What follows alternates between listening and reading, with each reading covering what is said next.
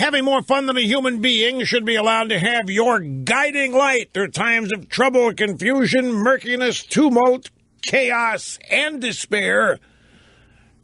And yes, even the good times. Rush Limbaugh. Behind this, a golden EIB microphone at the distinguished and prestigious Limbaugh Institute for Advanced Conservative Studies. Okay, Forbes magazine, Society's Lottery Winners. Now, and the story starts out with something that's near and dear to my heart. I remember way back when this program first started. I forget why I made the point, but I uttered what has come to be acknowledged as a profundity. Words mean things. And I made the point that this is a program that is substance over style, whereas most of politics, sadly, most of our culture these days is style over substance. I called it something else, just different terminology, but symbolism over substance, style over substance, same thing. Words mean things. I'm the mayor of Realville. I believe in the substance of things, not the phoniness. I mean, as an example, when I was establishing goals for this program, one of them was to be a real number one, meaning the actual most listened to program, not one that was said to be. You wouldn't believe how many radio and TV shows have really a pittance of an audience, but because of the guests they have, and those guests constantly talk about that show or that host, the impression is created that show is much more popular and bigger than it is. We don't do any of that here. We don't have a PR firm, a PR agency. We sink or swim day to day on the substance and the quality of what happens here, the product. So to me, words mean things. Words matter. And this has, in fact, it got to the point where that became such a profundity that the Democrat Party began to go out and hire wordsmiths. Remember this guy named, George Lakoff rhymes with, and it was his job to give the Democrats different words and phrases other than the real words and real phrases in order to convey a false meaning. It was a way to lie and to build Democrats and their agenda items up, which could not stand on their own. And so the Forbes story starts with these words. Words matter. Same thing as saying words mean things. Take the phrase, if we can't ask from society's winners to make an investment, ... It's a familiar plea from preachers and fundraisers. It's a particularly American approach. The United States happily is a country that mints many winners who then traditionally give lots of money to charities, churches, schools, and nonprofits. Now change this with the addition of a single word. If we can't ask from society's lottery winners to make an investment, well, now it has an altogether different meaning now. That one word, lottery, changes the entire meaning of we ask from society's winners. A good-hearted plea to society's successful to heed their better angels and give something back becomes, by inserting lottery, sarcastic and cutting and demeaning. And the first politician that I know of, and I'm sure he wasn't the first, but in our era, the first politician I'm aware that monkeyed around with this was our old buddy Dick Gephardt, who was a Democrat leader in the House for a while, was going to be Speaker, except Newt became Speaker, and they never got over that. Gephardt, when he had to give Newt the gavel in 1995, just practically had a cow. But it was Gephardt that kept running around talking about winners of life's lottery. And what it conveyed was that success is random and accidental, and it's not fair, because success has nothing to do with something like a lucky sperm club, or you stepped into an accidental discovery or some such thing. But the Democrats attempted, and they still do, to stigmatize success by delegitimizing it. which is what Obama did. Obama is the one who is throwing in the word lottery when talking about America's winners. Obama's use of the words lottery winners instead of winners is in poor taste. And Forbes story makes the point that Bill Gates and Paul Allen, oh yeah, they were lucky to be endowed with the IQs that they didn't choose, but they each devoted tens of thousands of hours in applying their smarts to learning about software. Gates forfeited great opportunities by dropping out of an elite college. He quit Harvard. Both risked potentially lucrative careers to start Microsoft. Larry Page, grandson of a Michigan auto worker and the son of a professor of computer science. His dad was an academic and an instructor of computer programming. His business partner, Sergey Brin, born into a Jewish family in the anti-Semitic Soviet Union. Both were lucky to be endowed with native intelligence, to grow up in families that loved learning. But millions of children around the world are similarly endowed and didn't start Google or Microsoft or Apple or what have you. And it's actually, it's not all that great a story because it's obvious. I mean, it's important. I'm glad they did it. And they're going after Obama for trying to stigmatize success. And this is something the Democrat Party has done for as long as I've been alive. Stigmatize it, delegitimize, in fact, in some places, criminalize it. In order to create class envy, resentment, hate, and disgust. And it's how we've evolved to this sick situation now where middle-class people are told to be happy when the rich have their taxes increased. It doesn't change the middle-class person's life at all, but they're supposed to sit there and be happy that the rich are somehow getting screwed. In fact, when the rich get screwed, the middle class does too, because where does the middle class go to get hired? Well, we now take this, and Forbes goes on with a whole segment here on luck or hard work. And Obama's using the word lottery winner, winners in life's lottery. And now we go on to this story, and this is actually announcing Martin O'Malley's entrance into the presidential sweepstakes. The Financial Times does a story here on American Socialism's Day in the Sun. Left-wing politicians are in electoral retreat across most of the Western world. The one exception is here in the United States. And by the way, that happens to be true. Look at the massive conservative victory in the UK. Conservatives are rising and starting to win in France. But in the U.S., we're going the exact opposite direction. As at 15% in the Democrat polls, Bernie Sanders, the avowed socialist senator from Vermont, is riding higher than any U.S. socialist since Eugene Debs ran for the White House 100 years ago. Now, the fact that Bernie Sanders has very little chance of unseating Hillary Clinton's beside the point. His popularity, it says here, is dragging her leftward. We can debate that later. It's not the point here. Now, if it is a little bit of a point, but not the main one.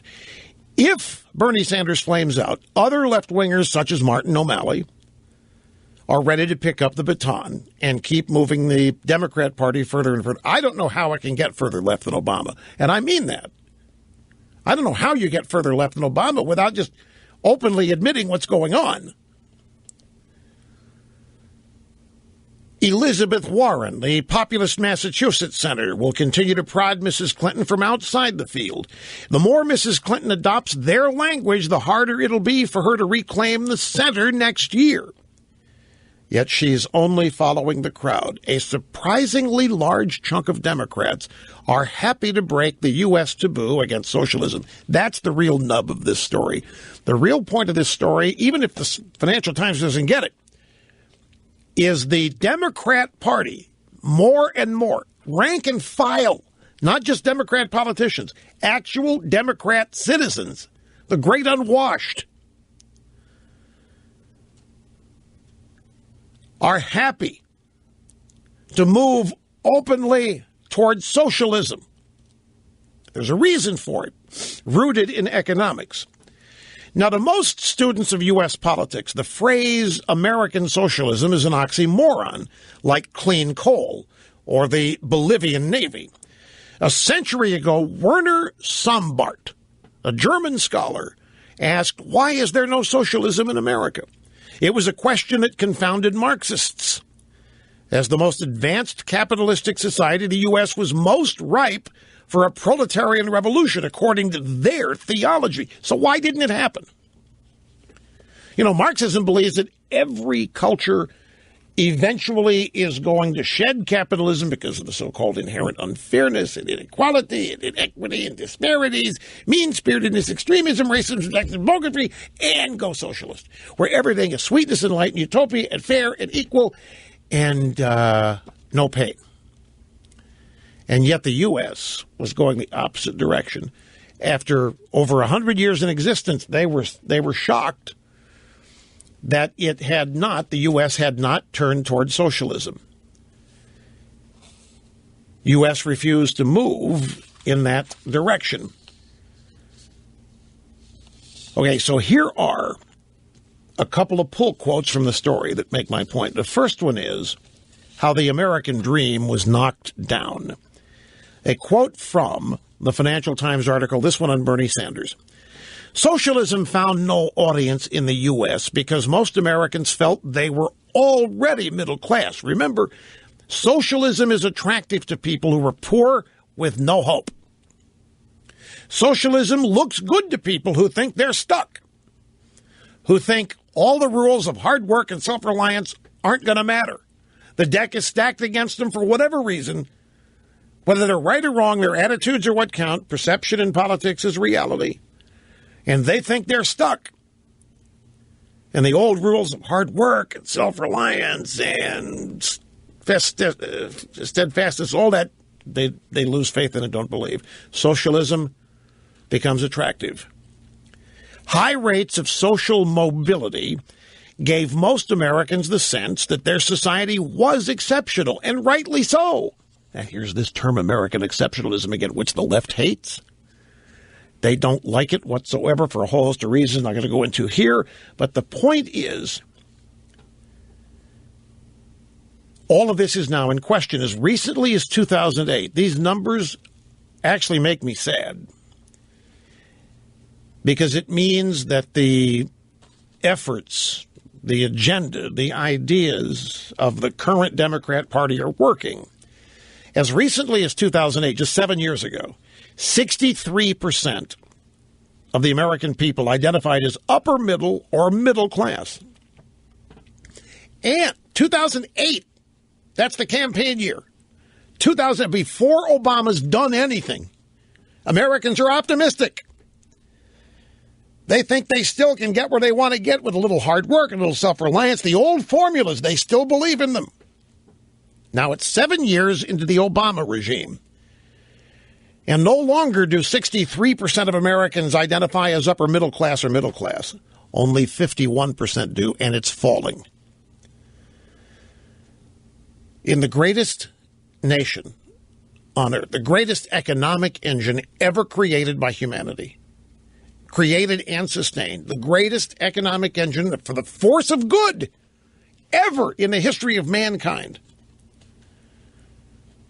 the attitudes of people that live in this country are plummeting. Attitudes related to their ability to advance up the economic ladder. In 2008, before Obama was immaculated again, 63% of Americans thought they were already upper middle class or middle class. Today, it's 51% and falling. Meanwhile, the share of Americans who self-identify as working and lower class, I mean the people who admit it, according to Gallup, has gone up from 35% to 48%. So 51% identify as upper middle class or middle, 48% working and lower class, again since 2008. The share of Americans who self-identify as upper class is 1%. That happens to work out to be correct. The number hasn't changed. But the belief that they are rigging the system is now mainstream. And folks, that is the single biggest problem that we really have. The Democrats have run around for I don't know how many before Obama have been running around trying to tell the middle class and even the upper middle class that they were worse off than they were. And it was getting worse. I remember in the height of the Bush economy, 4.7% unemployment. I mean, practically everybody wanted a job, had one. We're coming out of 2 recessions and 9/11. We're going gangbusters before the housing thing hit. And the Democrats are out every day, and the media, trying to convince people we're really in a recession. And we're losing ground fast. I remember getting calls from people in this program. You know, I'm doing fine, but I have the news. I guess my neighbor's not, because I look at the news and they say everybody's in dire straits, but I'm doing great. I feel bad. Callers were calling. They felt guilty, admitting they were doing okay because they believed everybody else was not. Democrat Party and the media working to convince people the economy was in the tank when it wasn't. And furthermore, there was another component. The Democrats actually, and they still do this, told people that the rich got rich by taking money from the middle class and the poor and then not giving it back. And that's how they distorted the whole definition of trickle-down supply-side economics. They totally distorted it, and they apparently have succeeded in making people believe that the 1% are the 1% because they have stolen money or found a way to get the money belonging to everybody else. They've rigged the game, and they're hoarding it. They're not giving it back or sharing it or trickling it down. And accordingly, people are becoming bleak about their future, at which point socialism is beginning to look good to them. That is horrible. Okay, now, folks, I want to add one more thing to this. The rise of the Democrat left, it says, this is from the Financial Times article, the rise of the Democrat left is every bit as real as the Tea Party's surge among Republicans. This is not Occupy. That was phony. Occupy Wall Street was totally manufactured and made up. But this bunch of Democrats, the American Democratic Party is the party of the poor. They need a permanent underclass, and they've succeeded in creating one. And it's gotten so bad under Obama that they don't even see themselves as upwardly mobile now. That's the point. You hear it expressed by the millennials as saying they've lost faith in the country. It now seems to be rampant all across the Democrat Party.